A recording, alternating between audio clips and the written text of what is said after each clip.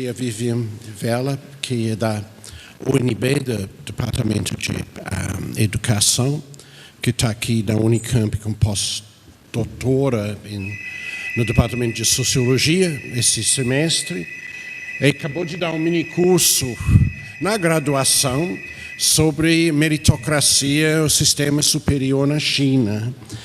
E cada um vai ter 20 minutinhos para falar, basicamente, para dar tempo para o debate. Eu vou ser rigoroso com o controle do tempo, como eu tenho uma reputação de ser bem rigoroso. Então, eu peço para Florentino, então, iniciar.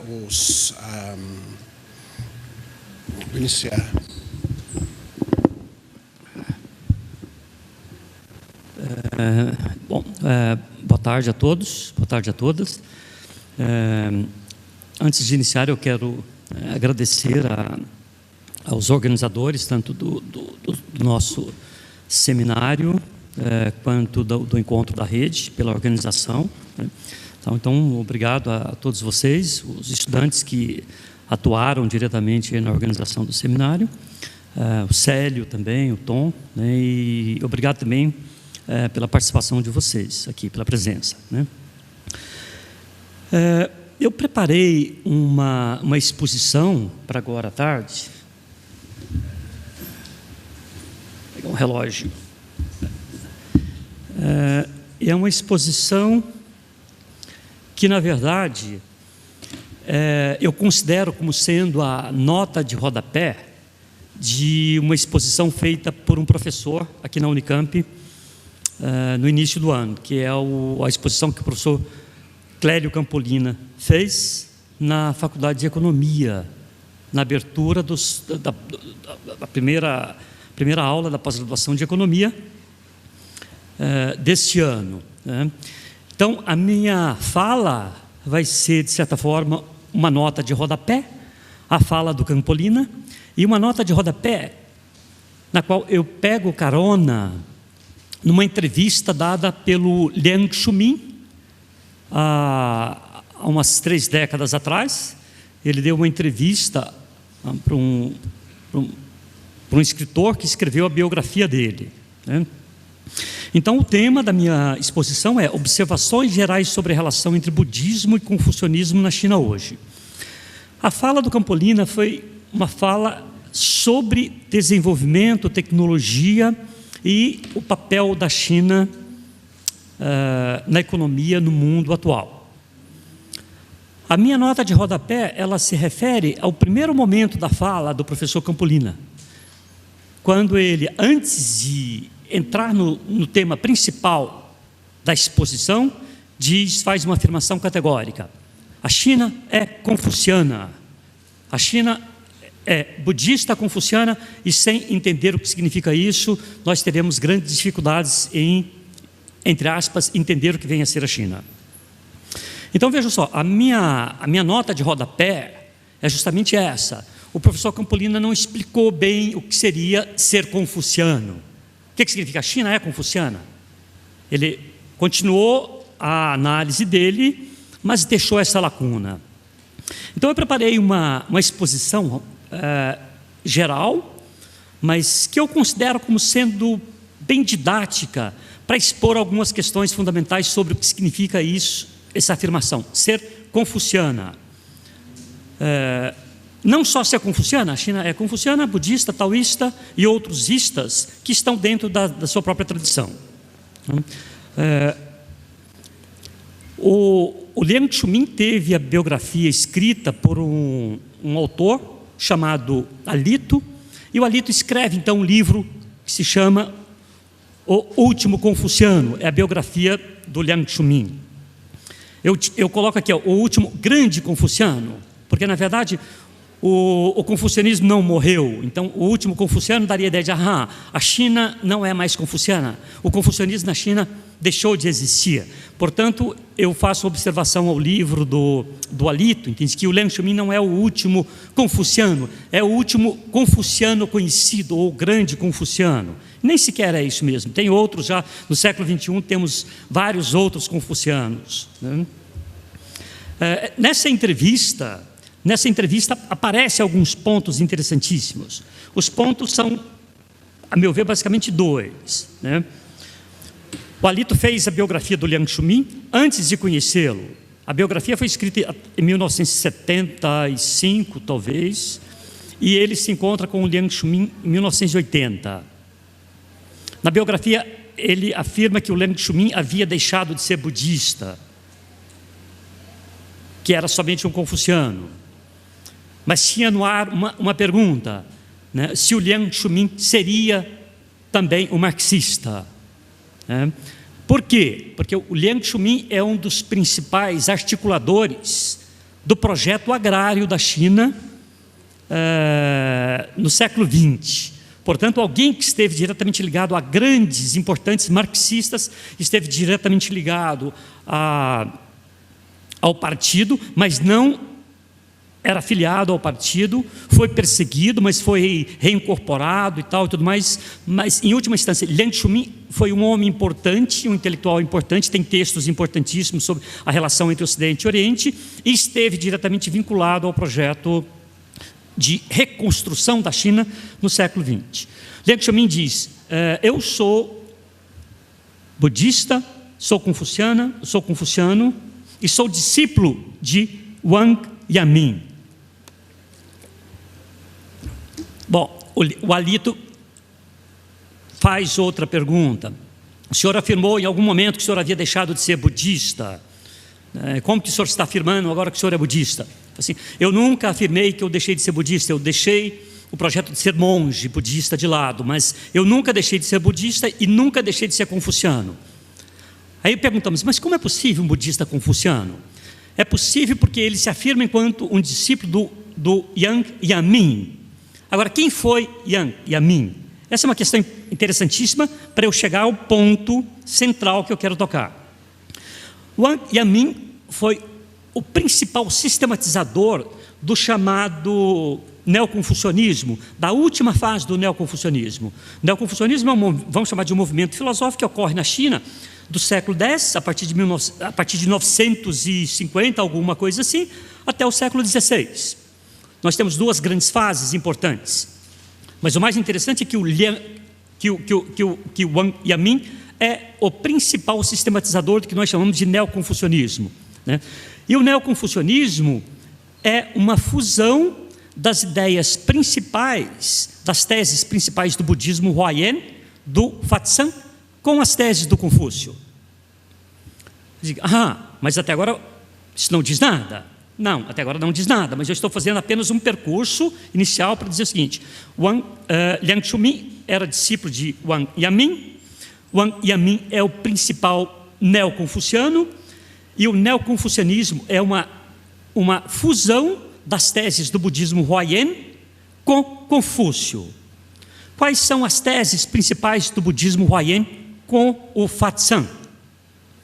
O Fatzan é um autor, é o principal articulador do budismo chinês no século VII, e o Fatzan, ele faz uma coisa muito simples. O Fatzan, ele incorpora algumas teses fundamentais do budismo Mahayana, a tese denominada de Shunyata, ou vacuidade, e coordenação interdependente, com a rede de Indra. Então, o Fatzan, ele cria o budismo chinês, e o budismo chinês é uma fusão da ideia de vacuidade, com coordenação interdependente e com a rede de Indra. Ora, isso começa a ficar interessante, né? Por quê? O que vem a ser essa rede de Indra? Aí sim, eu vou tocar no ponto mais importante, que é o cerne das questões que eu quero definir com vocês, que nos permite entender um pouco o que significa ser confuciano e ser budista. A rede de Indra é um mito. Indra é um deus do hinduísmo, e Indra cria uma teoria, ou cria um mito, e esse mito, na tradição oriental, ele é quase tão importante quanto o mito da criação, porque é o mito da criação no Ocidente que possibilita a criação ou desenvolvimento de um conceito de tempo linear direcional. Então, toda a nossa concepção de tempo que nós temos nas mais diversas teorias sobre o tempo no Ocidente estão intimamente, de uma forma ou de outra, ligados ao conceito de criação. Então, tem a criação, tem um ponto de partida e as coisas caminham numa determinada direção. Portanto, a ideia de progresso, desenvolvimento, perspectiva linear do tempo está diretamente vinculado à ideia de criação, ou de outros conceitos muito próximos à criação, como o conceito de motor imóvel, do Aristóteles, que move tudo e não é movido por nada, que não é um conceito de criação cristão-judaico, entende? Mas é um conceito grego muito próximo ao conceito de criação. Então, essa fusão do conceito aristotélico de motor que move tudo e não é movido por nada, e do conceito de criação da tradição judaica cristã, nos permite construir o conceito de tempo que nós temos no Ocidente, daí progresso, desenvolvimento e outros conceitos nessa direção. Ora, a rede de Indra é a seguinte: Indra criou uma rede, e nessa rede é uma rede multidirecional, caminha em todas as direções, ela caminha em todas as direções, e não tem centro. Em cada ponto da rede, ou em cada nó da rede, tem uma pérola, ou tem um diamante, ou tem uma pedra preciosa, tem várias traduções para o termo, e cada uma dessas pedras reflete todas as outras. Cada ponto reflete todos os outros, e todos estão numa interconexão, em várias formas de relações causais, umas diretas, outras indiretas, né? Mas, em última instância, a rede de Indra é o mito oriental mais elaborado, que diz que o universo é uma interconexão total de tudo com tudo, sem centro, sem borda, sem meio, sem fim, sem ponta, sem nada, né? Esse é um elemento central no projeto oriental.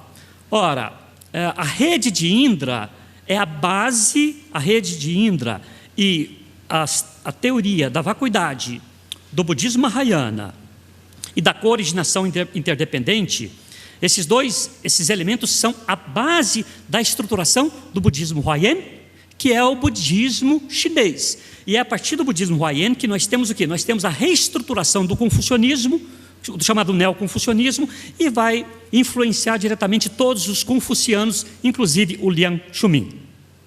Ora, essa perspectiva de rede, junto com a ideia de interdependência e vacuidade, leva à elaboração no neoconfucionismo do conceito de um conceito de subjetividade completamente diferente do conceito de subjetividade que nós temos no Ocidente. Não é esse. O neoconfucionismo é, na verdade, uma reflexão sobre questões, vamos chamar assim, de questões epistemológicas, a partir dos referenciais do Confúcio. Confúcio não toca em questões metafísicas do conhecimento, questões psicológicas, ele se recusa a tratar desses pontos. Confúcio trata diretamente da relação interpessoal. Como que deve ocorrer as relações entre pai e filho, irmão mais velho, irmão mais novo, súdito e soberano e tal, tudo. Então, em última instância, Confúcio fez ética e teoria política. Mas não há uma metafísica no Confúcio, não há uma concepção da origem do universo no Confúcio. Quem vai fazer a reestruturação do confucionismo a partir da rede de Indra e a partir da ideia de vacuidade e cooriginação interdependente é o Fatzan, e depois, posteriormente, o neoconfucionismo.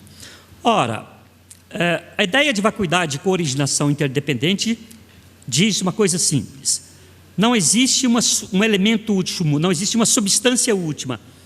Nada na natureza tem algo que nós poderíamos chamar de essência. Então, a perspectiva oriental abandona radicalmente a ideia de essência, abandona radicalmente a ideia de uma alma permanente, de uma essência permanente. Não existe nada permanente. Ora, a inexistência de impermanência total de todas as coisas, leva à estruturação de um outro tipo de eu. Não é um eu voltado para si mesmo, não é um eu completamente isolado, não é um eu sequer voltado para si, mas conectado em relações, entende? É um eu que tem uma característica muito particular. É um eu que se forma nas interconexões, né? Ora, essa tese não é muito complicada para o século XX. Quem avança um pouco na psicanálise sabe muito bem que o Lacan trabalha com esse conceito de eu, um eu que não se forma de forma estruturada estaticamente. Então, é um eu que eu chamo de um eu interrelacional. Esse eu interrelacional, ele é necessariamente conectado. Ele está numa dimensão, está numa rede. Mas essa rede do budismo chinês, que retorna ao conceito de rede de Indra, ela é muito diferente da ideia das redes ocidentais. Por quê? Porque nas redes ocidentais, as conexões são eliminações da possibilidade da realização da liberdade. Então, eu sou eu, mas eu não quero ser numa rede, eu quero ser de forma independente. Por quê? Porque a rede se contrapõe à minha liberdade. Então, há na tradição ocidental um embate intenso entre liberdade e determinismo. Então, todas as vezes que nós falamos de rede, 5 minutos. Hã? Ah, tá. Todas as vezes que nós falamos que nós somos rede, na perspectiva ocidental, nós pensamos imediatamente nessa discussão, nessa polaridade entre liberdade e determinação. Ora, se eu estou interconectado numa rede, eu não sou livre. Então, a ideia de liberdade desenvolvida no Ocidente é a partir da concepção de um eu que não se estrutura em rede. No máximo, quando nós temos uma rede, a rede tem esse formato. Mas a rede nunca tem esse formato. Esse formato de rede é o que eu chamo de rede interrelacional. Ele se distingue desse formato de rede. Nesse formato, nós temos as pessoas se relacionando.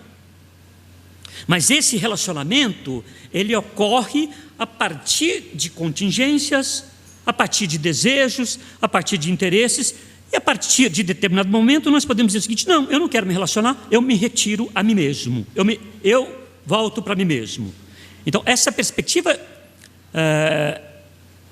ocidental de rede é uma perspectiva que coloca em última instância o eu enquanto o senhor da sua própria subjetividade e da sua liberdade individual.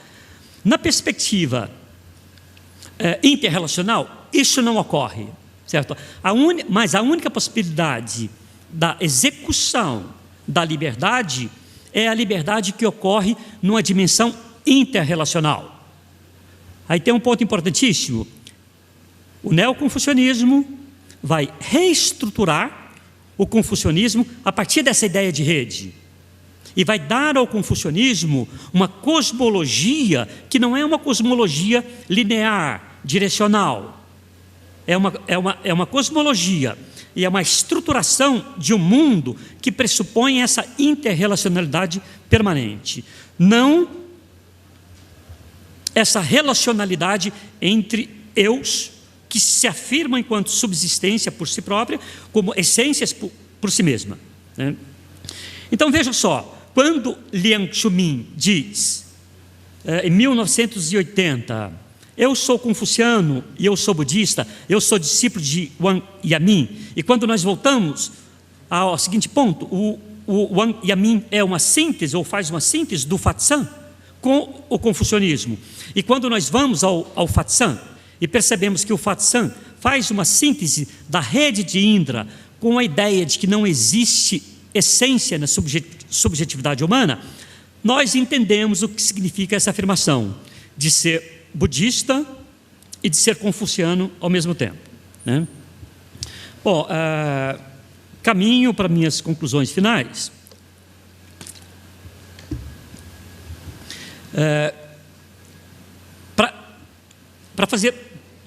Para chegar a alguns pontos, né? A primeira pergunta que nós podemos fazer é a seguinte: ora, andando pelas ruas na China, nós observamos essas interrelacionalidades? Não necessariamente, não é isso, não é essa a questão. Essa interrelacionalidade, ela se dá em todos os momentos, né? Sim e não. O projeto do século XXI destrói essa estrutura de constituição das subjetividades? Outra pergunta. Aí nós temos a questão mais importante. Se destruiu, se o projeto do século XXI destrói essa perspectiva interrelacional, a China deixou de ser China.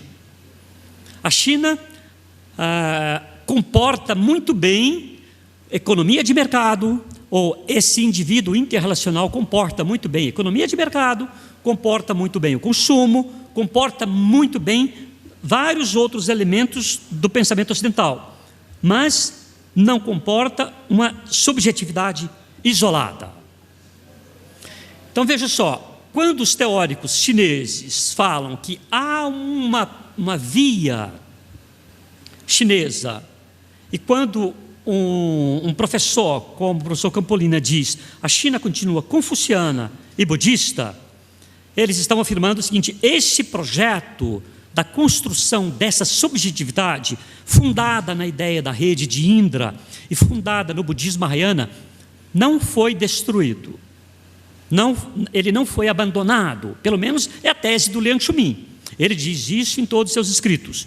Vários outros teóricos dizem, eles soltam essas afirmações pulverizadas. Nenhum autor solta todas essas questões que eu estou colocando de uma vez. Mas veja só, quando o Campolina afirma a China é confuciana budista, ele está dizendo o seguinte: a China estruturou um conceito de homem dentro desse projeto. Aí entra um ponto importantíssimo. O projeto de subjetividade que o Ocidente constrói leva à ideia de liberdade, inicialmente uma liberdade, vamos chamar uma liberdade romântica. Essa liberdade romântica, ela se concretiza na modernidade com a propriedade privada, principalmente com a propriedade privada da terra. E a partir dessa consolidação nós temos o surgimento da tal da democracia ocidental. Portanto, a democracia ocidental é decorrente dessa construção de uma subjetividade isolada. A ideia de propriedade privada que o Ocidente constrói está intimamente vinculado a esses elementos, e toda a estrutura jurídica ocidental está mais ainda conectada a esses elementos do que a gente imagina. Então, a China tem historicamente, ou construiu historicamente, outro conceito de eu, outro conceito de intersubjetividade. Não está presente nessa tradição o conceito de propriedade privada, como nós conhecemos, e, portanto, não elaborou um direito como o Ocidente elabora. Certo? Enfim. Bom, essas são as questões que eu gostaria de colocar. Na verdade, né, eu só peço desculpa pela exposição compacta, né, porque eu acho que a gente, assim, eu acho que merece um pouco mais de tempo em outros momentos, mas eu acho que eu soltei alguns pontos importantes aí, principalmente o percurso que nós podemos entender, o percurso que nós podemos fazer para entender o que significa ser confuciano no século XXI. Ser confuciano no século XXI, entende? Não é ler os ananetos do Confúcio e sair repetindo, entende? Mas é entender uma dinâmica intensa que ocorreu dentro do próprio pensamento chinês. Então, é isso. Obrigado.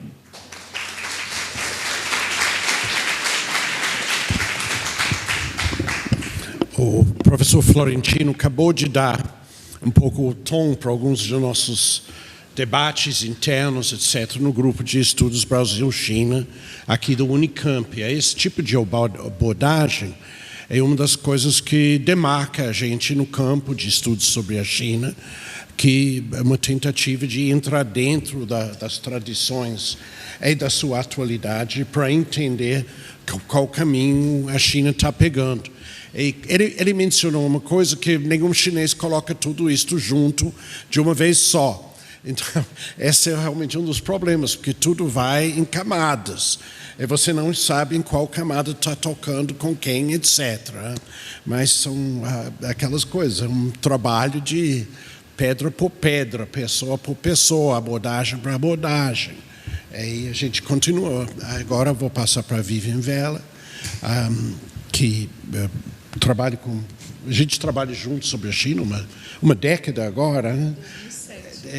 2007, 12 anos, e fizemos algumas coisas legais dentro do campo da sociologia da juventude. E ela está aqui esse semestre na Unicamp como pós-doutorando. Né? Então, eu vou passar para a Vivian. Eu fico muito feliz que o público dobrou em pouco tempo. Então, passo para a Vivian. Boa tarde a todos e todas. Agradecer a oportunidade de estar nessa mesa.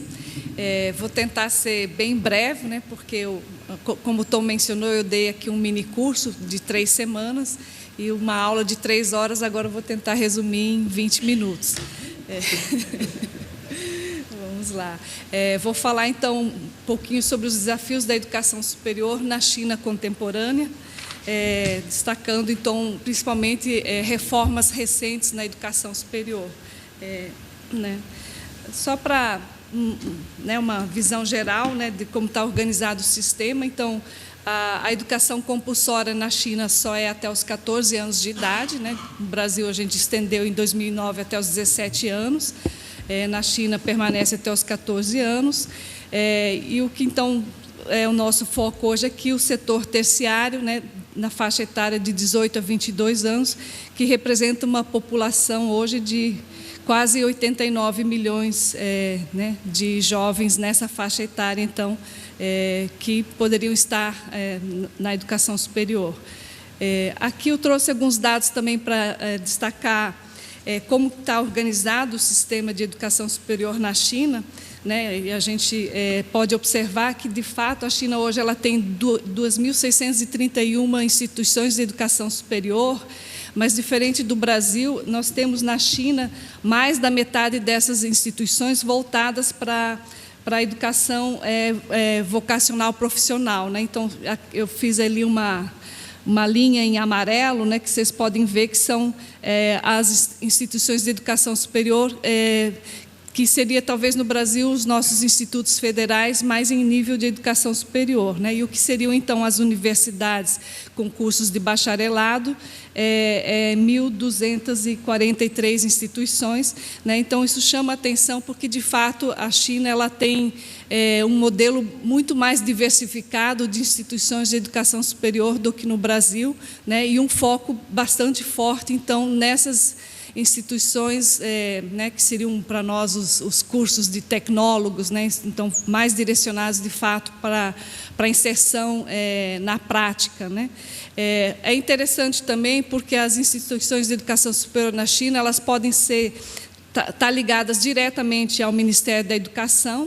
Nesse caso, são apenas 76 dessas 2.631 instituições, né, IES. Há outras instituições ligadas a outros ministérios, por exemplo, o Ministério da Agricultura é responsável por algumas instituições, e para nós soa um pouco estranho porque a gente tem todos nós no Brasil estamos ligados diretamente ao MEC, né? E aqui no caso da China, então, há uma diversidade também nessa questão de quem é responsável, né, diretamente pela instituição. Né? E aí, em nível de províncias, são 630 universidades ligadas aos governos das respectivas províncias, né? Então, vinculados a gente chamaria aqui de secretarias de educação estaduais, lá para eles também seriam os ministérios de educação provinciais, e também, em nível de províncias, instituições mantidas por departamentos provinciais, que não o Departamento de Educação. E com relação ao setor privado, né, a China ela tem, por enquanto, mantido também um certo controle, embora tenha tido uma expansão grande, né, que não existiam instituições de educação privada, mas ainda assim elas representam hoje, né, 2017, 800 instituições, que é ainda um número bem menor se a gente compara o quadro no Brasil, né, onde a grande maioria das nossas instituições são privadas. Né? Aqui, então, um pouco dados de matrícula. Né? É interessante, isso aqui também é algo que a gente não conhecia tão bem esses detalhes. A China separa IES para adultos e IES para jovens. Né? Então, as IES regulares é onde estudam os jovens de 18 a 22 anos, né? E aqueles que não seguiram o percurso regular e mais tarde, na vida adulta, decidem entrar numa universidade, eles vão para instituições específicas para adultos. Tá? Então, aqui tem um número de matrículas, esse número tem caído um pouco, e eu acho que talvez a demanda maior por instituições para adultos foi após a Revolução Cultural, porque muita gente naquela época não tinha tido acesso à educação superior, né? Então houve uma procura grande, né, nos anos seguintes, e a questão da educação à distância ela tem aumentado na China, mas ainda é um número pequeno comparado à realidade brasileira, né? Então, os cursos também se dividem entre cursos que eles chamam de cursos normais, que seriam os nossos bacharelados, de mais ou menos 4 anos, e cursos de curta duração, que seriam, talvez, para nós aqui, os tecnólogos, né? E aí eu grifei em vermelho ali esse número de 16.400.000 estudantes, que, de fato, são os estudantes, então, que, digamos, estão nas instituições também, né, de cursos de longa duração e cursos de maior prestígio, né, e instituições de maior prestígio, né. Então, o que caracteriza hoje o sistema de educação superior na China, né? Então, há uma coexistência de instituições de elite, instituições populares e também o sistema público e privado, né? Então, há essa, de fato, isso também por assim dizer, não sei exatamente como que se dão as relações, se elas depois são harmônicas ou não, mas é fomentado, em certa medida, pelo governo, né? Essa diversidade de instituições e de projetos também, né? E há também uma organização educacional estratificada em níveis acadêmicos, principalmente fomentada por projetos específicos para algumas universidades na China, que é o que eu vou falar um pouquinho mais, né? Então, esse é uma pirâmide de um texto de um autor que a gente também conheceu lá na BNU, Rogério e eu, quando a gente esteve lá. Né? Então, abaixo na pirâmide estariam as instituições vocacionais, depois as Teaching Oriented Institutions, né? E as mais voltadas, então, para o ensino. Aí o grupo 211 de universidades, vou falar um pouquinho, então, elas integram a pesquisa e ensino, né? Esse grupo de 211, né, ele foi criado, na realidade, em 1995, né, com a ideia de preparar né, a educação superior para o século XXI, fomentando, então, uma espécie de ranking das 100 melhores universidades chinesas, né? Esse ranking aumentou um pouquinho, então, em 2008, no grupo das universidades 211, tinham 116 universidades. Em 1998, por ocasião dos 100 anos da Universidade de Pequim, foi lançado esse novo programa chamado 985, né, que quer dizer ano de 95, mês de maio, com a meta, então, de criar universidades mundialmente reconhecidas. Aí já é um grupo mais seleto, hoje de 39 instituições de educação superior, e aí já pensando também na questão da internacionalização e não só de um ranking nacional, como foi o projeto 211. Esses dois projetos, o 211 e o 985, são considerados projetos bem-sucedidos na China, que deram resultados importantes. E aí, em 2015, o governo lança um novo programa chamado de Double First Class Universities, com o intuito, então, de promover o ingresso de 42 universidades né, nos rankings internacionais, né, de colocar 42 universidades realmente entre as top do mundo, né, e também 95 cursos de alto nível nos rankings internacionais. Então, por isso a ideia de Double First Class University. Então, dobrar no sentido também da universidade e do curso, né? E não só a melhor universidade, mas também ter, por assim dizer, os melhores cursos de direito, economia, ou quais sejam ali no mundo, né? Então, essa meta, falando um pouquinho de cada uma,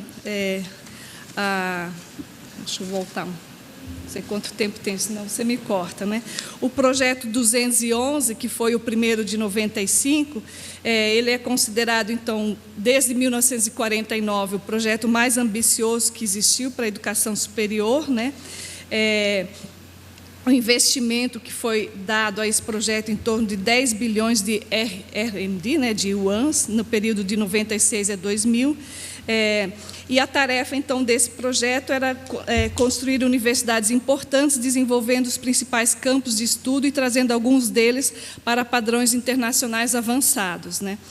Já o projeto 985, né, como eu falei, ele buscava, então, atingir os rankings internacionais, né, já pensando, então, tendo muito como modelo universidades norte-americanas, né, e aí ele começa em 99, vou mostrar aqui um mapinha, com a Liga, que eles chamavam a Liga dos 9, né? Em 99, 9 universidades passaram a entrar nesse projeto, que são as que estão sinalizadas ali em vermelho, né? Depois ele se estende para 39 universidades, que são as que estão marcadas aqui em azul, que fazem parte do projeto 985. E as que estão em pink são as universidades 211. Né? Se a gente olhar aqui para o mapa, a gente vê que a grande concentração dessas universidades, né, chamadas agora de universidades de elite, principalmente em Pequim, né, depois em Xangai, e a gente vê que, né, em algumas áreas remotas da China, praticamente a gente não tem nenhuma no programa 985, só no 211. Né? E com relação à última Double Class Universities, que eu já falei um pouquinho, aqui a gente tem agora também uma ideia assim, de quais universidades fazem parte desse, já estou terminando, fazem parte desse projeto. Ok. Né? Então, a ideia aqui é promover um conjunto de universidades e cursos de alto nível para ingressar nos rankings superiores, acelerar o sistema de governança do ensino superior e a modernização da capacidade de governança. Né? Busca-se também elevar o nível de inovação em treinamento de pessoal, pesquisa científica e serviços sociais, e herança cultural em instituições de ensino superior, tornando a descoberta do conhecimento e a inovação tecnológica fontes importantes de ideias avançadas e de excelência da cultura, bem como uma base importante para o fomento de pessoas talentosas e de alta qualidade de todos os tipos. Tá? Isso é uma citação do documento oficial do Ministério de Educação lançando esse programa. Aqui a gente percebe também, né, praticamente, a continuidade do programa 985, que basicamente na Double First Class Universities, a maioria das universidades que entraram já faziam parte do programa 985, né? E algumas do programa 211, né, que agora eles focaram em algumas que eles chamam de disciplinas, mas na realidade seriam cursos, né? E alguns textos que eu andei lendo também sobre esse novo programa, ele também tem um foco em também transformar alguns cursos como referência, o currículo desses cursos como referência para outros países, né? Então, inclusive, num dos textos que eu li, há inclusive a ideia de você ter um curso, por exemplo, de cultura chinesa sendo ministrado em outros países, mas com base, então, nesse modelo fomentado por esse programa. Né? Deixa eu ver, acho que eu estou... queria colocar um pouquinho aqui, porque eu acho que isso é interessante também, né, como a China planeja esses programas, não são programas de governo, né, a gente tem aqui metas, né, um programa lançado em 2015 com metas até 2050. Né, então, como o Tom já falou hoje de manhã, nada é pensado para acontecer amanhã, né, e sim, a longo prazo, o que seriam essas metas. Né? Então, o Double Class First University, ele compreende 36 universidades que eles chamam de classe A, né? E mais 6 universidades desse grupo B, que seriam, integrariam agora esse novo conjunto de instituições. Né? O que chama a atenção é que dessas 36 universidades classe A, apenas só tem 2 universidades mais ligadas à área de humanidades e aos cursos de licenciatura, que é a Beijing Normal University, onde a gente também está fazendo pesquisa, o Rogério e eu, e a Normal University, que está em Xangai, a East China Normal University. As outras universidades desse conjunto de Double Class University estão, de fato, focadas, né, na área de exatas, das tecnologias, das engenharias. Então, é um programa também muito focado mais para esse campo das exatas e não tanto Double Class Universities como um todo, né?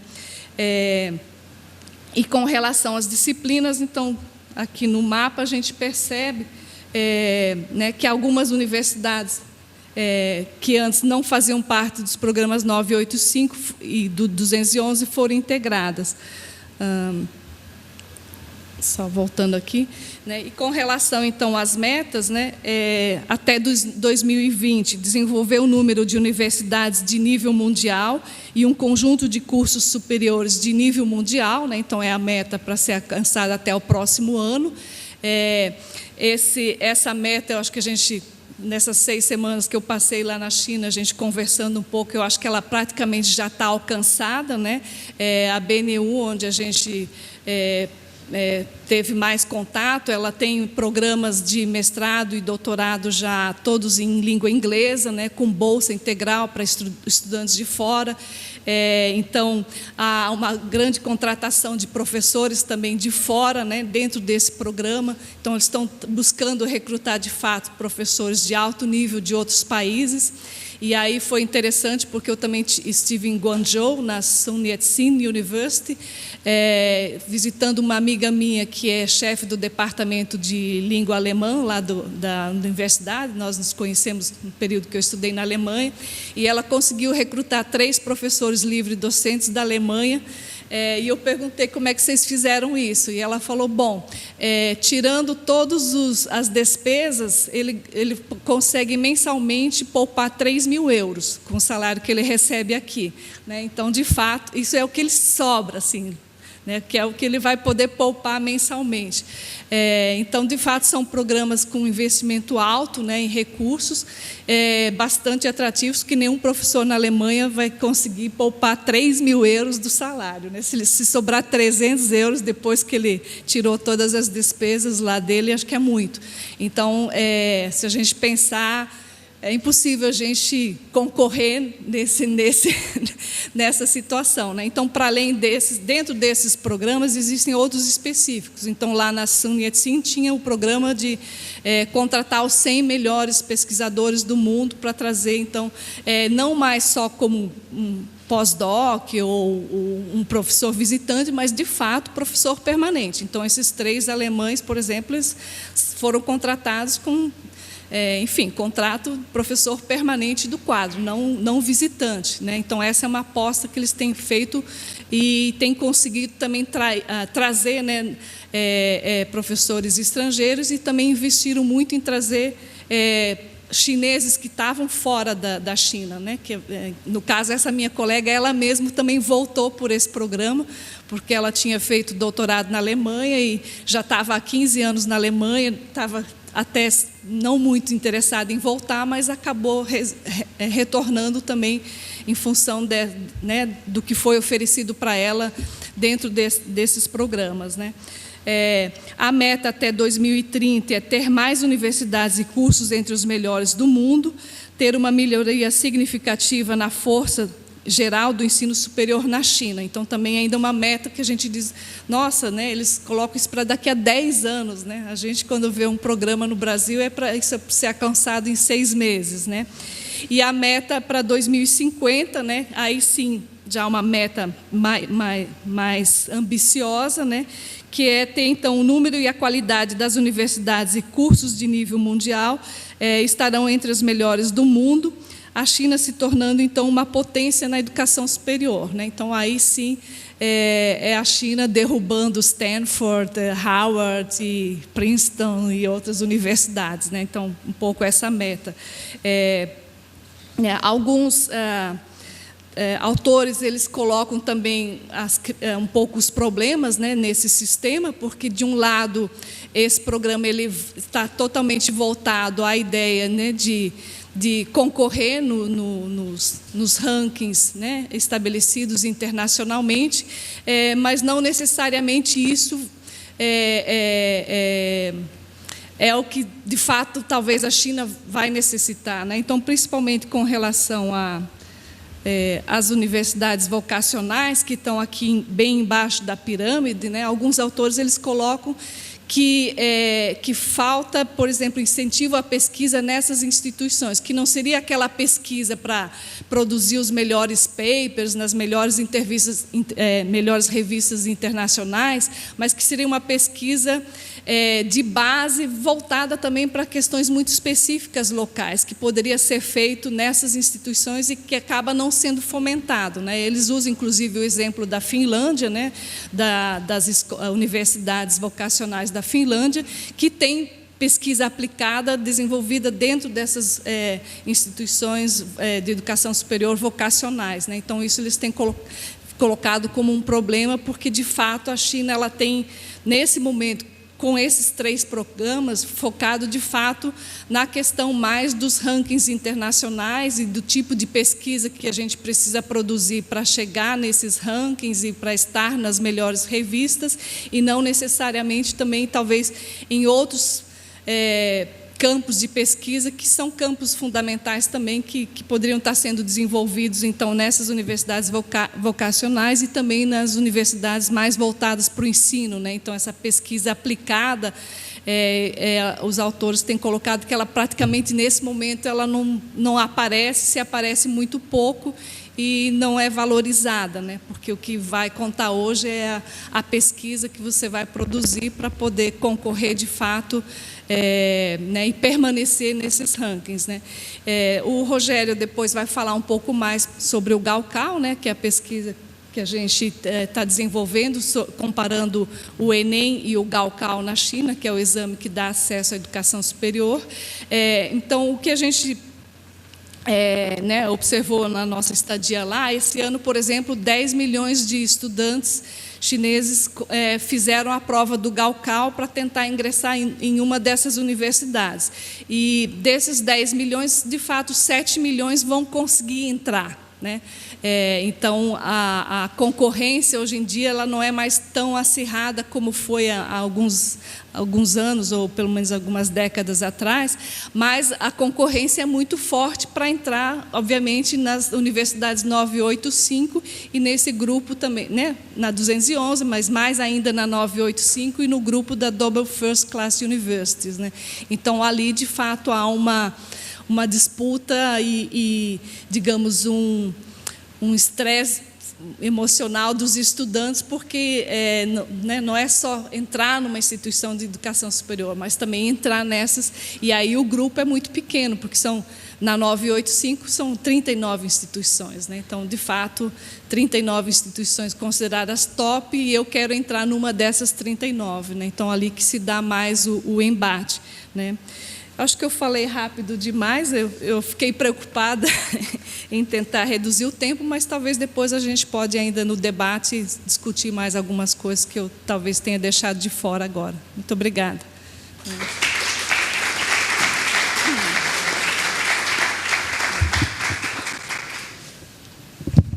Obrigado, Vivian, por comprimir 3 horas de aula em 20 minutos. O efeito sanfona é uma coisa impressionante, né?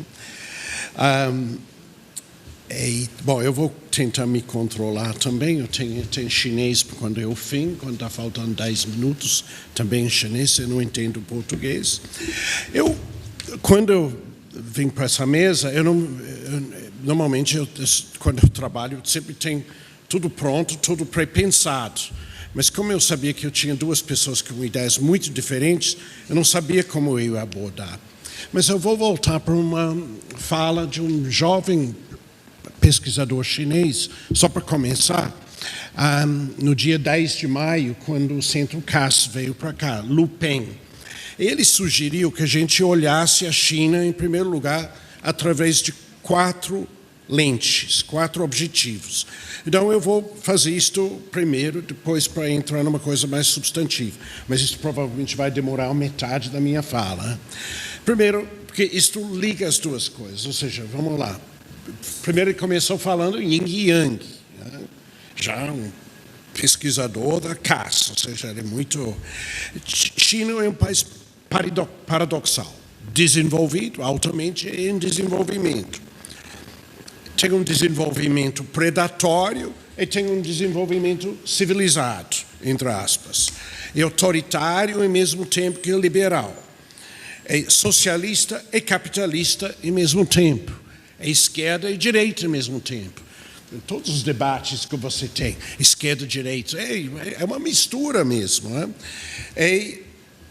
Ganha, perde, é muito competitivo, município pede para município, província para província, universidade compete com universidade.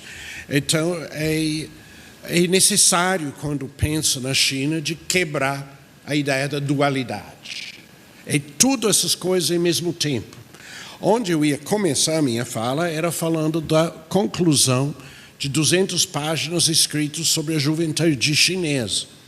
Talvez eu chegue lá, mas é exatamente isso. Como essas mudanças, que eram muito rápidas, muito incompletas, realmente nem estão decantando ainda. O país está muito, muito vivo, mas muito confuso. Tá?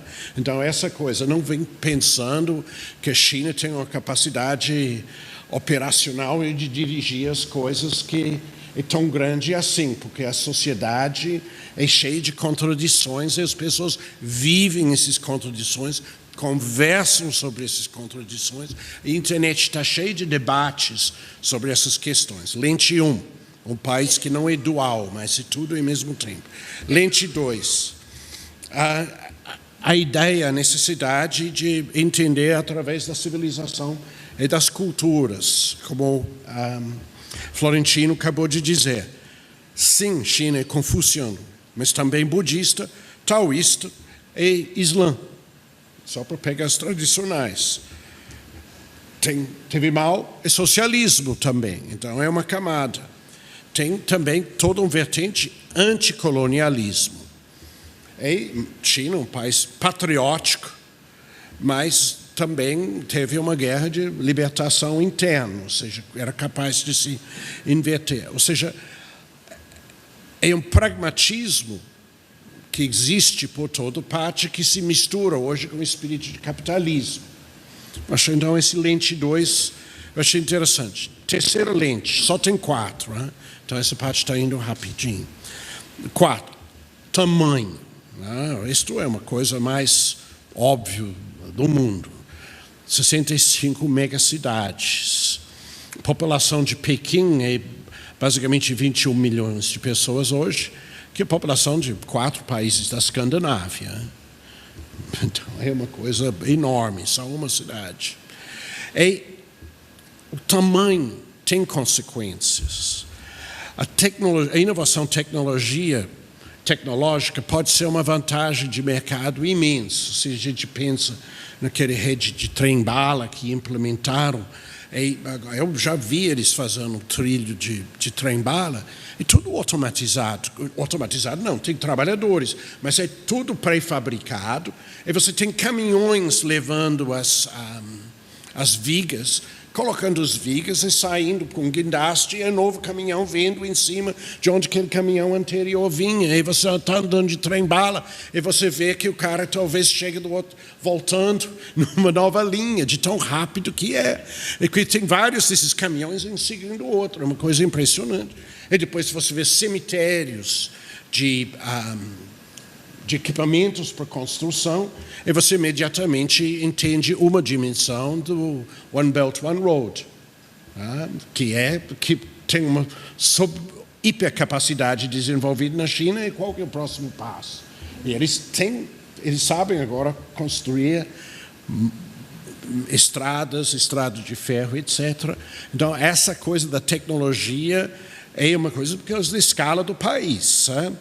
É um continente que vai dos Himalaias até o Pacífico, que isso é uma outra dimensão, a infraestrutura é imensa. Também China é um país diverso, religiosamente, linguisticamente, e nos povos. Você pode dizer, mas é 92% Han. Tudo bem, é 92% Han, mas os outros 8% são mais que 110 milhões. A diversidade também ocupa a metade do território nacional. Ou seja, os Hans, na realidade, estão muito concentrados comparado com as outras minorias. Tem a questão populacional, o bônus demográfico está sumindo na China, não vai ter mais isto. Tem aquela questão, será que a China é um país rico ou é pobre? Muitos professores aqui hoje pensam que a China hoje é um país rico, mas caramba, é um país ainda em desenvolvimento, tem ricos sim, mas não se pode falar que é um país rico ainda. Obviamente, está a caminho de se consegue realizar o que está imaginando, mas tem umas coisas que podem pegar no meio, tipo a armadilha da classe média, da renda média, que é um dos temas que eu ia conversar. Mas essa que é uma outra dimensão que Lupin sugeriu que a gente entendesse a China.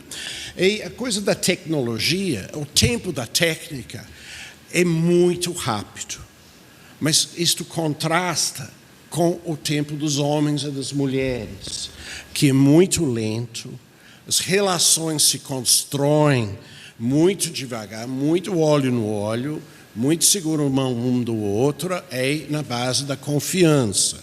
Tem aquela palavra mágica guanxi, ou seja, como se fosse da família.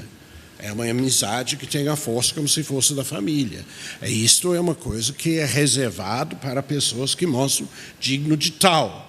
Então, se muitos acadêmicos, eu quis fazer coisa com a China, não deu certo. Bom, tem que esperar. A China responde quando está certo. Mas os Estados Unidos é tão mais fácil. Claro que é tão mais fácil. É uma cultura utilitarista com objetivos imediatos. Quanto à China, os objetivos são imediatos, mas o caminho é bem mais ancorado nas tradições e nos laços de confiança. Então, isto é o quarto lente, o tempo dos homens. China é sempre informal e ao mesmo tempo que formal. Ou seja, quando você vai de universitário na China, você vai o único lugar que eu ando de gravata, com certa frequência, terno também. Aqui, acho que nesse instituto tive uma vez em 30 e tantos anos de terno e gravata, só para dar uma coisa. No CAS, muitas vezes. Então, mas a informalidade também é uma característica que é muito forte. Não se deve nunca ficar perplexo pela complexidade das coisas, as ideologias, os slogans, os documentos, as coisas oficiais. Eu andei outro dia em Pequim como aluna, ela me mostrando todos os slogans por 70 anos. É a última vez que eu andei com ela, em Pequim, faz um ano e meio, ela estava me mostrando todas as coisas de glorificação de Xi Jinping. Ou seja, tem esses programas de propaganda oficial que é meio difícil imaginar no Brasil, embora que no passado no Brasil a gente teve isto bastante, numa certa época. Mas não fica perplexo com isto. Ele disse, isto é uma coisa que vocês vão achar chocante, mas eu acho que é a senha. Entende que a China é um país normal. Um país normal. Se você entende que a China é um país normal, então, a partir da sociologia, você vem com nossas ferramentas sociológicas e você consegue construir áreas onde você consegue conversar. Por exemplo, a população está organizada em gerações. Isto, o Ocidente e Oriente tem isto. É uma coisa cognitiva que está ligada ao momento que vive, é ligado a certos valores, certas expressões ou de tristeza ou de alegria. População organizada em classes sociais. População organizada em bases de higiene. A educação que o Vivian acabou de falar. É a coisa da vida cotidiana. Olha a vida cotidiana das pessoas, antes de falar. Precisa entender isto é necessário entender a vida cotidiana dos chineses. É interessante a Vivian com o trabalho dela sobre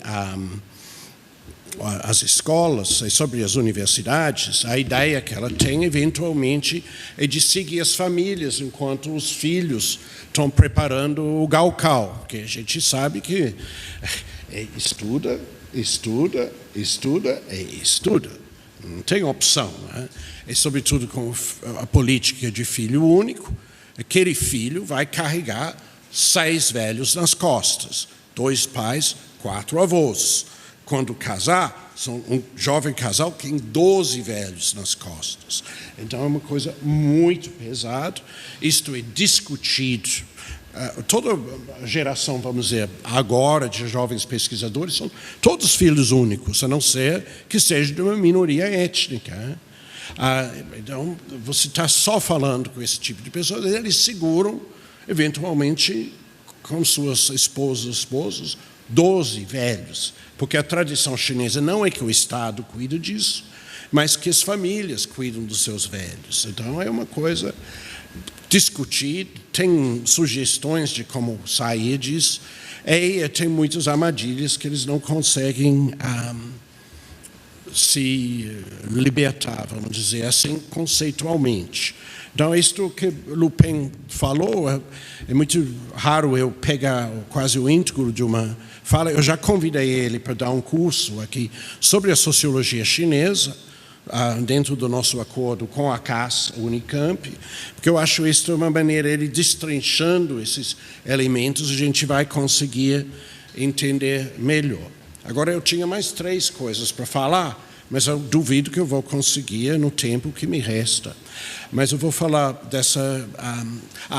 tem uma coisa em comum que o Li Pei-Ling, quando ele veio, ele falou das armadilhas, a dupla armadilha da renda média. O que é isso? A armadilha da renda média é basicamente os países que chegam numa renda média, saem da pobreza para chegar numa renda média, é muito difícil eles virarem países ricos. Teve 110 países desde a Segunda Guerra que saem de países pobres para ir para a renda média. Só 10 ou 11 saíram de renda média para virar ricos. 2 dos quais são... Bom, tem Taiwan, tem Singapura, tem Hong Kong, tem Japão, Coreia. Vocês vão me dizer, e tudo na Ásia. Bom, os Emirados Árabes também, né? Mas ainda é Ásia. Mas tem uma coisa ali que 2 desses países são essencialmente regimes autoritários e com alta desigualdade de renda. Hong Kong, que agora é democracia, mas os ingleses deixaram uma armadilha lá para os chineses. Implantaram democracia apagada as luzes. Nunca foi uma democracia. Era sempre muito desigual. As condições de habitação das pessoas em Hong Kong, nunca o governo cuidou disso. Ou seja, não era um governo chinês no sentido tradicional do imperador, que tem que ser benévolo. Isto é uma ideologia, mas também é uma parte do sistema. Quem gerencia o sistema tem que ser benévolo. Então, Hong Kong é um, e Singapura é outro. Singapura é uma ilha, é nada. Você consegue ver toda a ilha do avião, né? E ambos são abaixo de 10 milhões de habitantes também. Então, mas esses outros países, qual que é o problema?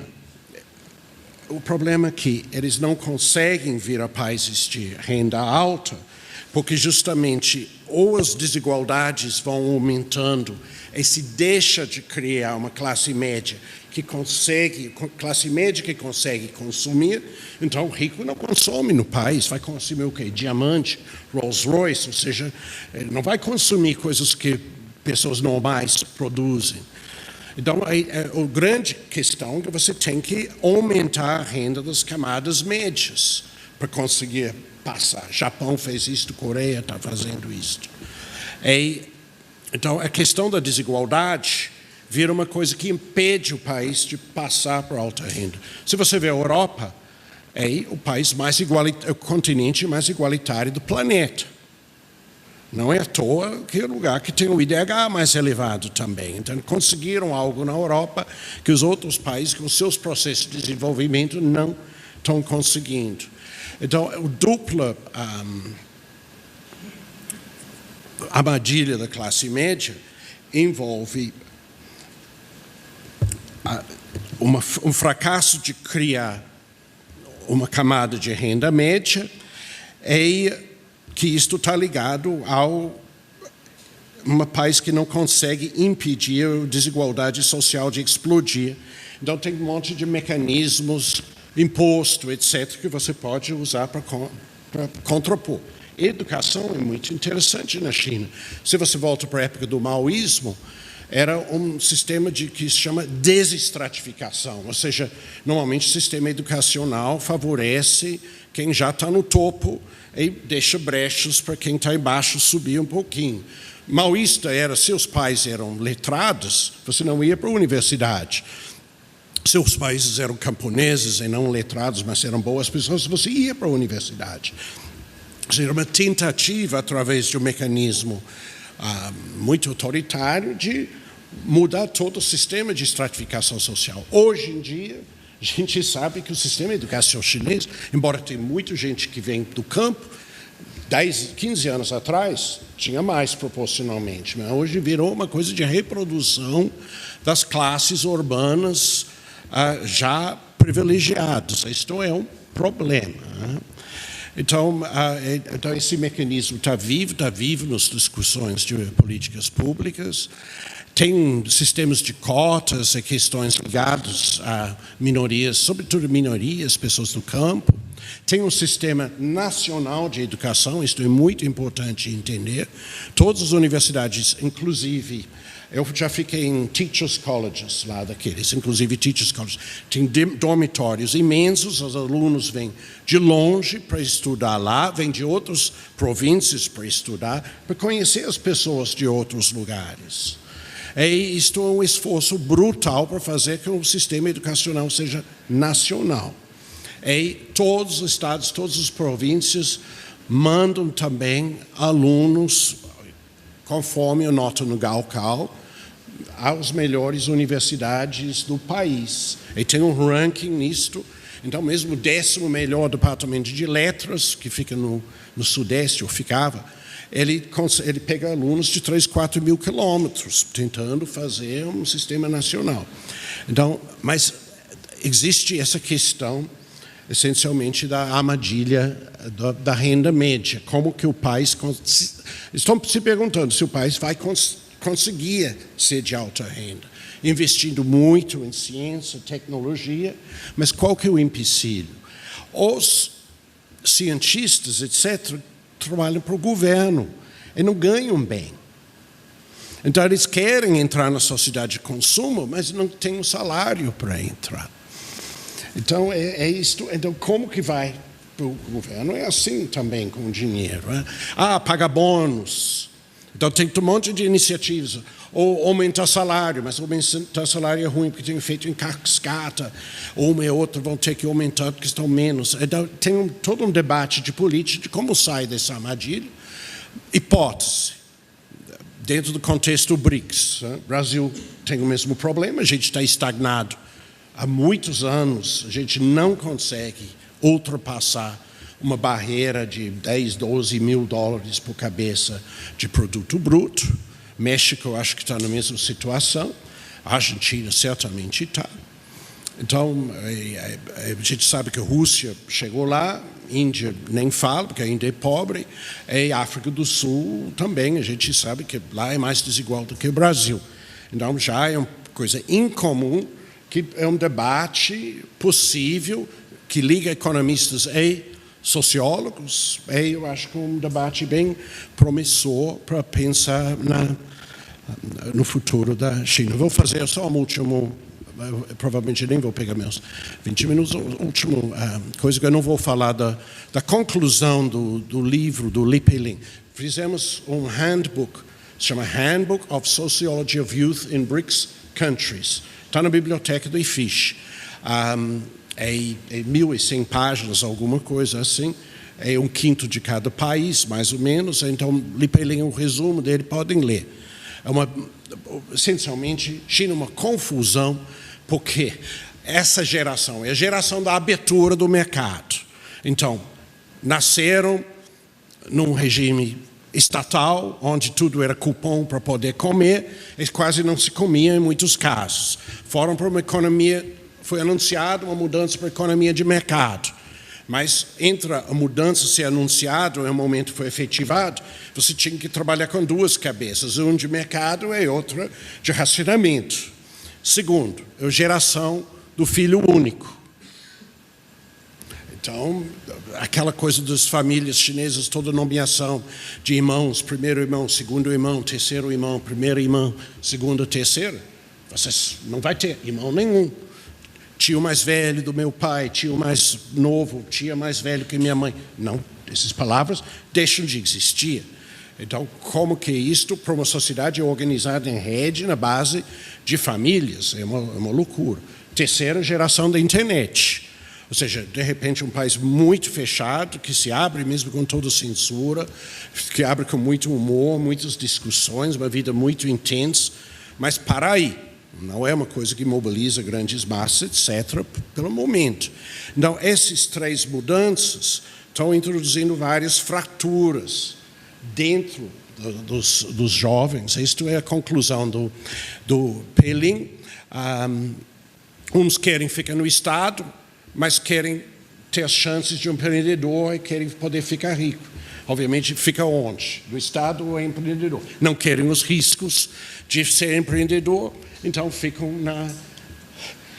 no Estado, mas não querem ficar pobre igual funcionário público, então ficam ganhando por fora. É uma coisa complicada. Isto continua.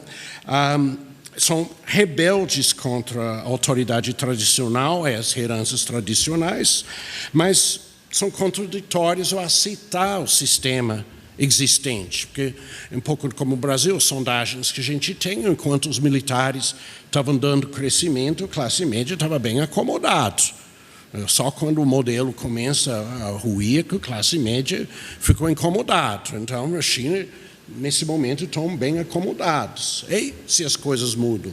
Esta é uma questão, mas os chineses, o CAST faz muito survey nacional, sobre todas as coisas. Eles conseguiram entender que os chineses estão favoráveis ao sistema de democracia tipo ocidental, embora muitas vezes não entendem várias coisas, tipo separação de poderes. Não é uma coisa que é uma noção que entra facilmente na cabeça chinesa, mas acham que neste momento não é adequado para a China, talvez seria melhor, mas ao longo prazo. E outra coisa é que o sistema entre as gerações, por exemplo, o que se escuta de música, o que se conversa, como se veste, é brutal, é muito diferente. Mas, dentro de cada geração, aquelas diferenças intergeracionais não eliminaram dentro de uma geração as diferenças de classe. Mas essas gerações de classe estão ligadas a duas outras coisas. A educação, de um lado, ou seja, um camponês que acabou de migrar para a cidade tem quase nada em comum com alguém que é educado numa universidade.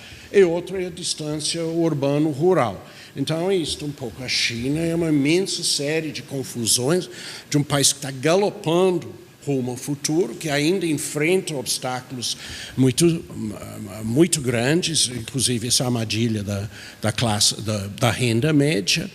E como estudar isto, como entender?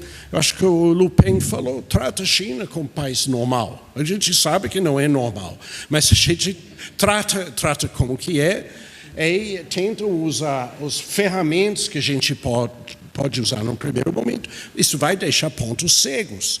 Mas, vem cá, quando todos vocês imaginam que todo mundo aqui teve uma relação romântica em alguma vida, eu espero, pelo menos. Quando você encontra alguém, o que você faz? Você tenta achar coisas em comum, onde podem construir. É coisa que você discorda, você não vai brigando, porque vai perder a pessoa. Então, eu acho que é um pouco isso com a China. Vamos avançar onde a gente consegue avançar junto, onde a gente acha problemas em comum.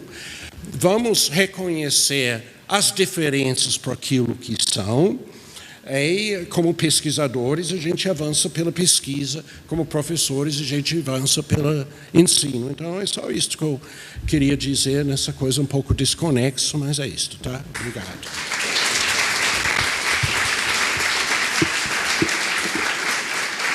Puxa, olha, não sobrou muito tempo para perguntas, eu acho que 5 minutos. A professora Leila tem mais um. Eu vou pegar 3. Posso 1, 2, 3 e depois na segunda rodada. Vamos fazer, então, a Leila aqui e depois... Bom, boa tarde a todos. Eu sou Leila da Costa Ferreira, do Departamento de Sociologia da Unicamp, do Grupo Brasil-China e do NEPAM. Eu quero agradecer muitíssimo essa mesa, foi realmente muito interessante. Aprendi muitíssimo com o Tom e o Flora, a gente tem uma longa conversa e eu gostei demais também da exposição da Vivian. Flora, eu queria, pela provocação do Tom, eu queria te fazer uma questão, mas que não está clara na minha cabeça. Mas eu acho que os nossos debates são assim. Eu fico pensando, você sabe quanto eu corroboro com a sua proposta e quanto eu acho muito interessante toda a sua perspectiva. Mas eu fico pensando nessas transformações tão radicais que a China tem vivido ultimamente, e não sei se vocês leram agora o novo livro do Ulrich Beck, que é o Metamorfose, onde ele fala em redes de risco, em redes de cosmopolitas.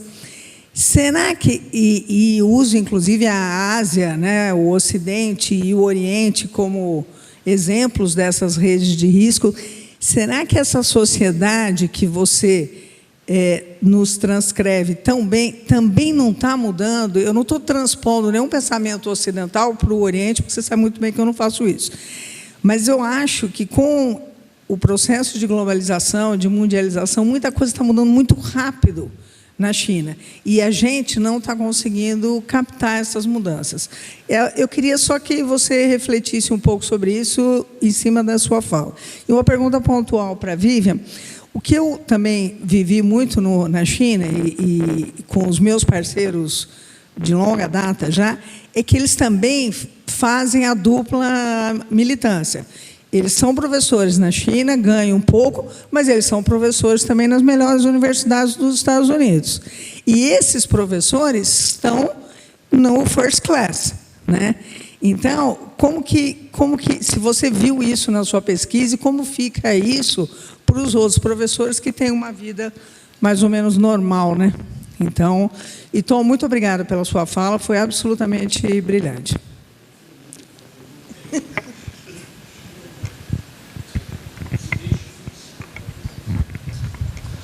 Boa tarde a todos, eu me chamo João, sou do Programa de Pós-Graduação em Economia Política Internacional da UFRJ e do Lab China, Laboratório de Estudos em Economia Política da China, orientado pela professora Isabela Nogueira. Eu tive a oportunidade de participar de uma pesquisa orientada pela professora Isabela sobre o Sistema Nacional de Educação da China. E a minha dúvida, na verdade, ela é direcionada à professora Vivian, mas, enfim, fica aberta a contribuição. Que, na minha pesquisa, na verdade, eu trabalho num corte um pouco mais amplo, não focando tanto no ensino superior, embora eu tenha me debruçado há algum tempo, até pela importância do projeto de expansão que teve o ensino superior a partir dos anos 90, e de todo o esforço que foi feito posteriormente de tentar criar uma série de políticas para tentar massificar, enfim, colocar a China num patamar elevado de matrículas do ensino superior, mundialmente falando.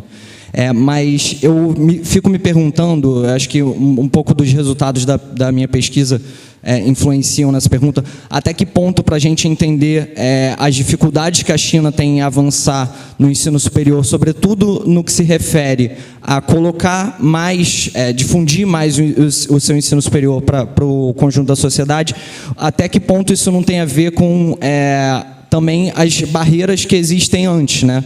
No caso da minha pesquisa, a gente foi muito lá atrás, pegou na pré-escola, que seria uma primeira barreira, onde a maior parte do ensino ele é privado, não está na mão do Estado. Mas também, eu acho que a barreira principal, no caso, seria justamente o ensino médio, que é quando você sai do ensino compulsório, né, que antigamente você tinha o John Cal, que, enfim, continua persistindo de forma com outros nomes, né, você tinha políticas institucionalizadas, enfim, de priorizar justamente um ensino mais elitizado. Eu gostaria de saber o que a senhora acha de como essas etapas anteriores podem justamente afetar o desempenho do ensino superior. Obrigado.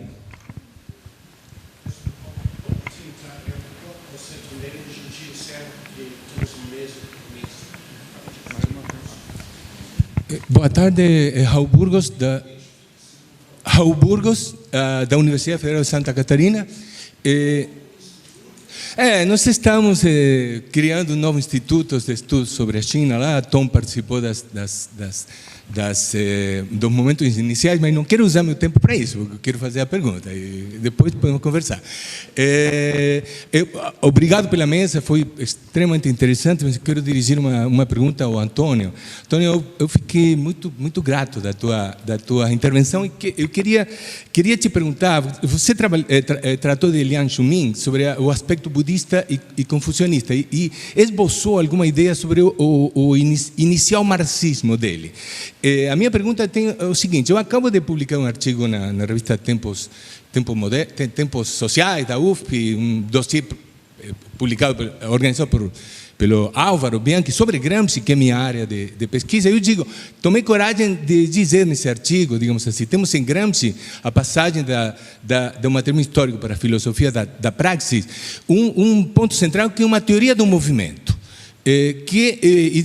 Possivelmente seja o único marxista que tenha sido consequentemente um teórico do movimento, até o ponto que não tem uma ontologia. Eu digo, nos cadernos de cárcere tem uma quineologia, é minha caracterização.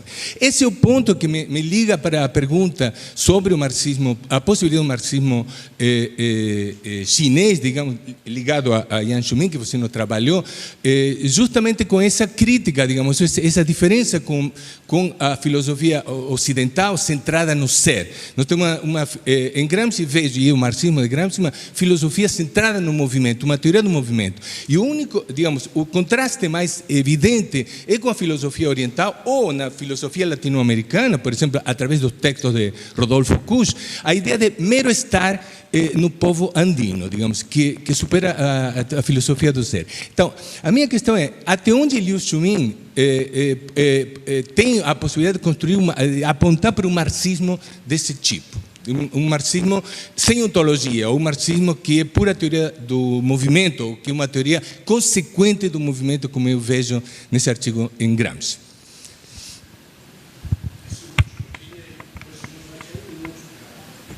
Eu prometo que eu vou fazer a pergunta rapidinho. Tom, você fala sobre vida cotidiana. Vou fazer uma pergunta direta.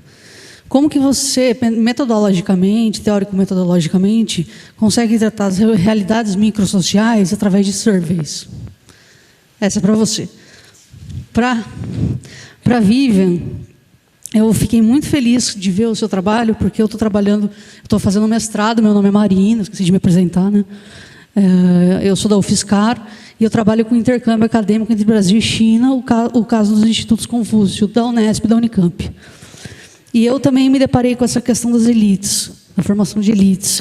Eu queria só propor para você duas autoras que eu descobri, muito boas, que você deve conhecer, mas se não conhecer, é a Xavier de Brito e a Ana Maria Almeida. E da necessidade da gente ter dentro das agendas, principalmente BRICS, essas coisas, formas de democratizar o sistema, não só criar elites, né, criar universidades de ponta, centros de excelência, mas também democratizar o acesso. E para o Florentino, só uma provocação, porque eu também sou filósofa, então a gente tem uma identificação, que eu espero mais referências bibliográficas de você, Flora. Né? Você fala, eu peço desculpas que eu entrei no meio da sua palestra, mas a gente já se conhece, então me sinto à vontade para dizer que eu quero saber que livro, onde eu acho essas coisas, entendeu? Onde estão esses pensadores, onde estão esses teóricos chineses que você fala? Tem um que você fala, o Yin Yang, né? Shuming. Quero saber, me passe, por favor. Tá bom? É isso. Obrigada, gente.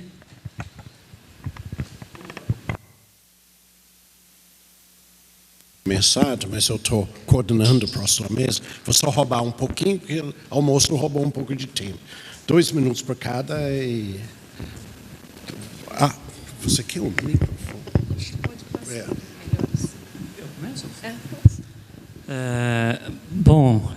Obrigado, Leila, Marina e o Raul, né? Eu vou tentar resumir e responder talvez numa única tacada, claro, né? Mas são questões fundamentais, são questões não tão fáceis de serem resolvidas e tem pontos interessantes, né? A China não fez o que o Japão fez na década de 1940. A famosa Escola de Kyoto do Japão foi, na verdade, uma reflexão do projeto ocidental, do projeto, vamos chamar assim, do projeto de dominação total do Ocidente, e a Escola de Kyoto pensa o projeto de dominação ocidental a partir de referenciais tradicionais do pensamento oriental. E a grande questão da Escola de Kyoto, que é uma questão simples, é o seguinte: o Ocidente nos apresenta um pacote. Agora, quais são os elementos desse pacote que nós podemos assumir sem deixar de ser Japão? E o que caracteriza esse ser Japão? Então, a pergunta mais importante que a gente tem que fazer é a seguinte: a China vai continuar fazendo alguma coisa com características chinesas? Ou a China vai reproduzir como qualquer outro país ocidental? O dia que a China não tiver mais esse elemento que a caracteriza como sendo China, ela não diz mais, isso é com características chinesas. Então, o que eu estava expondo aqui é só o seguinte: esses elementos, eles estão pulverizados e são eles que caracterizam aquilo que os chineses chamam de características chinesas. Então, uma pergunta importante, até, olha só, a conclusão eu não coloquei na final do meu último PowerPoint, que era o seguinte: olha, por quanto tempo isso persiste? Qual é a capacidade da China de resistir? Agora, tem um ponto importante que a gente tem que ter em vista, né? Qual é o grande projeto de reação do governo chinês? O governo chinês reage a quê? Duramente. O governo chinês não reage duramente ao mercado. Quando fala, mas não é permitida a entrada do Facebook na China. Mas por que não é permitida a entrada do Facebook? Porque o Facebook entra com a ideia fundamental de que nós somos livres. Então, a ideia de liberdade individual é o grande problema desse projeto. Então, quando a China assumir o projeto de liberdade ocidental, acabou, não tem mais o formato chinês, né? Agora, tem um ponto importante: os pesquisadores centrais do século XXI estão debatendo essa questão. Então, eu acho que a China está passando por um momento muito intenso de pensar o seguinte: o que permanece da China nesse grande tsunami que é o século XXI? Nem foi o século XX, o século XXI é um grande tsunami, claro, e é o grande desafio da China ver se ela consegue manter esses elementos tradicionais.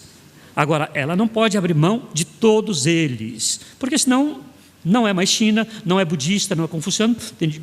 Ou seja, a possibilidade mais real que eu tenho em mente, entende, é a conversão ao cristianismo. Se a China for convertida ao cristianismo, aí nós temos a tradição chinesa eliminada. Mas enquanto houver, por exemplo, budistas, taoístas, templos e tal e tudo mais, eles vão estar trabalhando com a ideia da dessubstancialização do eu.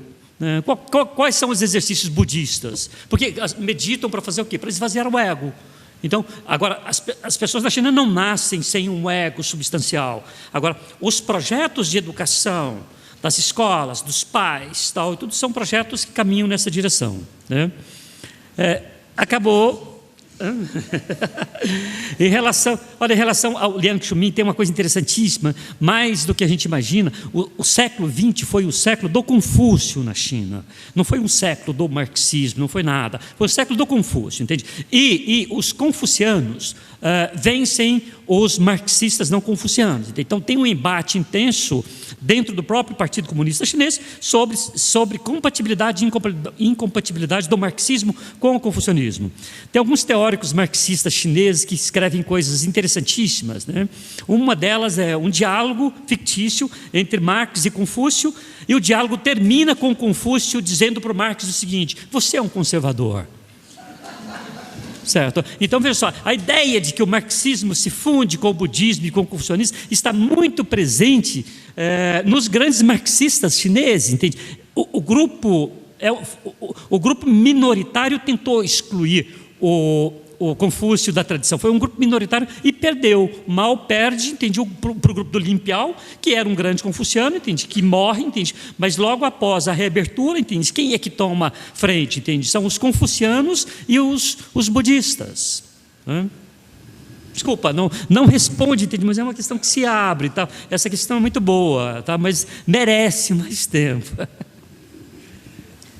Bom, vou tentar ser bem breve. Agradeço aí as perguntas e, né, acho que a gente tem aí um campo de muita pesquisa pela frente. Espero que a gente consiga ampliar esse grupo de interessados também sobre o tema da educação na China. Sobre a pergunta da Leila, né, da dupla militância ou dupla renda dos professores, na educação superior, eles têm também, do que eu acompanhei um pouco, o sistema de bonificação, né? Então, se você publicar em um paper excelente, você tem ali uma bonificação extra. Mas achei curioso, uma vez, essa amiga minha, que eu já mencionei, que eu fui visitá-la, ela tinha ido para uma reunião do departamento, e no dia seguinte, né, onde houve ali a premiação dos professores que tinham publicado e tal, mas no dia seguinte, quando eu levantei, eu achei estranho que ela tinha um pacote de 5 quilos de arroz e uma caixa com socas de milho. Aí eu falei, mas o que foi? Você fez essa compra? Ela falou, não, isso fez parte do presente. Então, porque é importante também que a gente valorize o rural, a produção. Então, assim, além da bonificação, ela também recebeu um pacote de 5 quilos de arroz e uma caixa de soca de milho. Então, achei interessante como que se lida também com essas questões, né? No ensino médio, um professor comentou com a gente que o ranking começa também já nas escolas de ensino médio, né? Inclusive escolas públicas. Então, um professor de ensino médio dando aula de reforço aos sábados de manhã, de uma boa escola de ensino médio, ele ganha mais com essas aulas de reforço que ele dá aos sábados do que o salário que ele tem mensal na escola, né? Mas ele precisa do emprego na escola para poder dar as aulas de reforço. Então, há também ali um sistema já também em nível médio, né? A questão que você colocou, João, né, das barreiras, o Juncal é a primeira seleção, né, no final do ensino fundamental. O Juncal, ele não elimina a possibilidade de você seguir no ensino médio, mas ele ranqueia, né? Então, você, de acordo com o Juncal, você vai para a escola de ensino médio A, B, C ou D, né? Então, há ali também um primeiro funil, e a questão da ideia, depois do Gaokao, né, que também é o funil seguinte para ingressar na universidade. A China tem um projeto de democratização do acesso forte, né? A meta é de chegar nos 40% agora também de jovens na educação superior, né? Então, eles têm essa meta da expansão, mas dessa expansão também do acesso a diferentes tipos de instituição de educação superior. Então, não é meta da China ter todas as universidades no programa Double First Class Universities, né? Então, essa é uma proposta de avançar. Só meio minuto para terminar. Mas, assim, mesmo para quem não ingressou numa universidade 985, há depois a possibilidade de, aí, você tendo feito uma boa graduação, se destacado numa universidade que não estava nesses programas, de você, daí, em nível de mestrado, seguir o seu mestrado, doutorado numa dessas universidades. Então, eles têm também, tem... né, o funil, a exclusão, mas também a abertura de dizer, não, vamos né, proporcionar para aqueles talentos que se revelaram, né, que não entraram na melhor universidade, mas aí podem seguir em nível de mestrado, doutorado. Então, tem ali propostas nessa direção também. Eu vou parar por aqui, porque nosso tempo esgotou. Foram perguntas interessadas a mim, mas eu vou só responder depois que o pessoal está vindo para a mesa. Então, obrigado, caros colegas.